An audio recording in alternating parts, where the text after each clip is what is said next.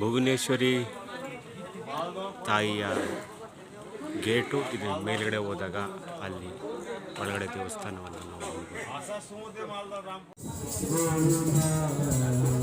ಅಸ್ಸಾಂ ಗುವಾಹಟಿ ಕಾಮಾಖ್ಯ ಮಂದಿರ್ನಲ್ಲಿ 10 ಮಹಾವಿದ್ಯೆಗಳಲ್ಲಿ ಒಂದು ವಿದ್ಯೆ ಆದಂಥ ಭುವನೇಶ್ವರಿ ತಾಯಿಯ ದೇವಸ್ಥಾನ.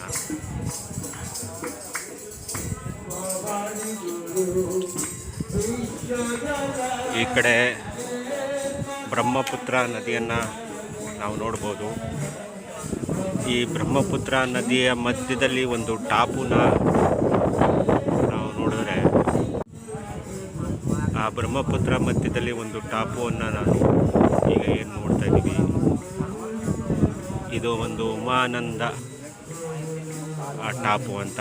ಉಮಾನಂದ, ಇಲ್ಲಿ ಉಮಾನಂದ ಈಶ್ವರನ ಒಂದು ದೇವಸ್ಥಾನ ಇದೆ. ಉಮಾನಂದ ಯಾಕೆ ಹೇಳ್ತೀವಿ ಅಂದರೆ, ಪುರಾಣದ ಪ್ರಕಾರವಾಗಿ ಸತಿ ತಕ್ಷಣ ಯಜ್ಞದಲ್ಲಿ ಹೋಗಿ ಅಲ್ಲಿ ಶಿವನ ಅಪಮಾನವನ್ನು ತಾಳಲಾಡದೆ ತನ್ನ ದೇಹವನ್ನು ಉರಿಯುವ ಅಗ್ನಿಯಲ್ಲಿ ಆಹುತಿಯನ್ನು ಕೊಟ್ಟಾಗ ಅದು ಶಿವನಿಗೆ ಗೊತ್ತಾಗಿ ಶಿವ ಬಂದು ಆ ದೇಹವನ್ನು ಎತ್ಕೊಂಡು ತಾಂಡವ ನೃತ್ಯ ಮಾಡುವಂಥ ಸಮಯದಲ್ಲಿ ಈ ಎಲ್ಲ ಪ್ರಪಂಚ ಅಲ್ಲೋಲ ಕಲ್ಲೋಲ ಶುರುವಾಗುತ್ತೆ. ಆಗ ಎಲ್ಲ ದೇವತೆಗಳು ಸೇರಿಕೊಂಡು ಇದಕ್ಕೆ ಪರಿಹಾರನ ಹುಡುಕಕ್ಕೆ ಹೋದಾಗ ವಿಷ್ಣುವಿಗೆ ಒಂದು ಪ್ರಾರ್ಥನೆ ಮಾಡ್ತಾರೆ. ವಿಷ್ಣು ಬಂದು ತನ್ನ ಸುದರ್ಶನ ಚಕ್ರದಿಂದ ಸತಿಯ ಶರೀರವನ್ನು 51 ಭಾಗವಾಗಿ ತುಂಡರಿಸಿ ಬೀಳಿಸ್ತಾರೆ. ಆ ಸಮಯದಲ್ಲಿ ಈ ಒಂದು ಕಾಮಾಖ್ಯ ಮಂದಿರದಲ್ಲಿ ಸತಿಯ ಯೋನಿ ಬಂದು ಬೀಳತ್ತೆ. ಇಲ್ಲಿ ಯೋನಿ ಪೀಠ ಆಗುತ್ತೆ. ಆಗ ಅದಾದ ನಂತರ 51 ಪೀಠಗಳಾಗತ್ತೆ. ಅದಾದ ನಂತರ ಶಿವ ಪ್ರತಿಯೊಂದು ಅಂಗಾಗ ಎಲ್ಲೆಲ್ಲಿ ಬಿದ್ದಿದೆ ಅಲ್ಲಿ ವಿಹಂಗವನ ಮಾಡ್ತಾ ಬರುವ ಸಮಯದಲ್ಲಿ ಗಂತಾಂತರಗಳು ಮುಗಿದ ವರ್ಷಗಳನ್ನು ಮುಗಿದ ನಂತರ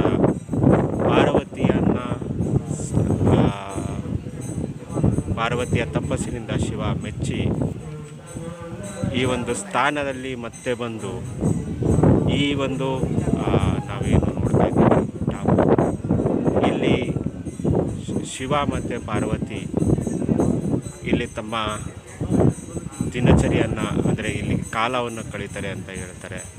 ಸೊ ಅದಕ್ಕೆ ಇದನ್ನು ಉಮಾನಂದ ಟಾಪು ಅಂತ ಕರೀತಾರೆ. ಅದರ ಜೊತೆಗೆ ಈ ಒಂದು ಕಾಮಾಖ್ಯ ಮಂದಿರದ ಕ್ಷೇತ್ರಪಾಲನಾಗಿ ಉಮಾನಂದ ಭೈರವನ ಸ್ಥಾಪನೆ ಆಗಿದೆ.